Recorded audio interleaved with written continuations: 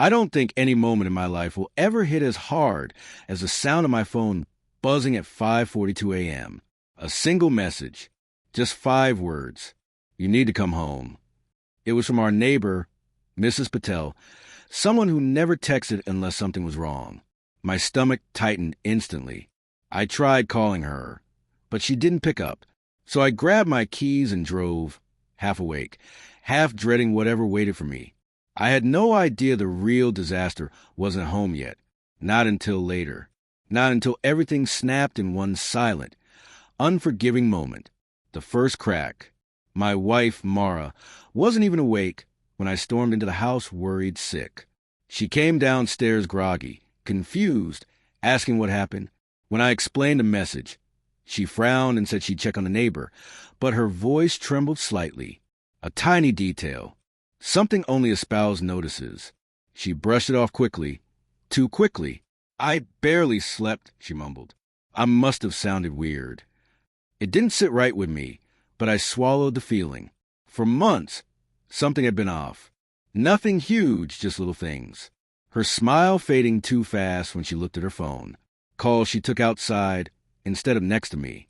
Her sudden extra shifts. The way she flinched when I touched her shoulder sometimes. All small enough to ignore. All loud enough to haunt me.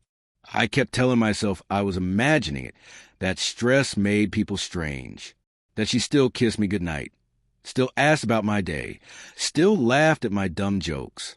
But doubt is like a faint echo once you hear it. It follows you everywhere. The sign I couldn't ignore. It happened one quiet evening. I walked into the living room to grab a charger, and her phone lit up on the coffee table. A message preview flashed. Did you get home safe? I miss. Before I could read more, she snatched the phone so fast she almost dropped it. Her reaction said everything. Her excuses said nothing. It's just a coworker. You're making this weird. I'm just tired. You're reading into things. I apologized, because that's what love does. It makes you doubt yourself before you doubt them. But inside, something had cracked. The night everything ended. 3 weeks later, I came home early from a business trip. I texted Mara I'd landed. No response. I assumed she was asleep, but our bedroom door was locked.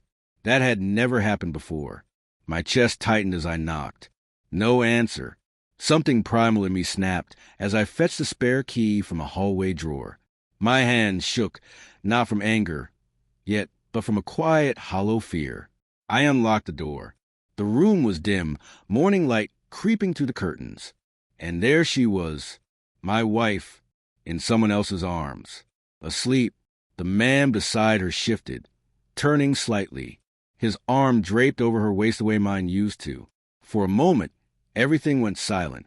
My heartbeat, my breath, my ability to think. All I could do was stand there, frozen in the doorway, watching the careful world I'd built collapse without a sound. Mara's eyes fluttered open. It took her half a second to register where she was. Another half to see me. And then she sat up sharply, covering herself with a blanket. Not out of modesty, but out of shame. David, she whispered. My name looked wrong in her mouth. The fallout.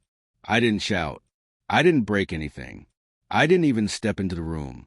Who is he? I asked, my voice sounding strangely calm. She swallowed hard. The man stared at the floor, guilt all over him. He's someone from work, she finally said. Her voice cracked. I didn't mean for it to get this far. I just felt alone and I didn't know how to say it. That's not an excuse, I said quietly. I know, she whispered. Tears filled her eyes. But it's the truth. I nodded, not because I accepted it, but because it was the only thing that made sense anymore. I walked away before she could say anything else, before she could rewrite what happened with words that might tempt me to stay. The pain after. People think the hardest part is catching someone, but it's not. It's remembering the small moments afterwards. The birthday she cried at because she was stressed. The nights she turned away in bed. The sudden distance in her eyes. The time she said, I love you, too quickly, as if covering something. Every memory becomes evidence. Every laugh becomes a lie. And still, Heartbreak doesn't kill the love completely. It just reshapes it into something painful. We talked weeks later, calmly, painfully, honestly. She said she never meant to fall for someone else.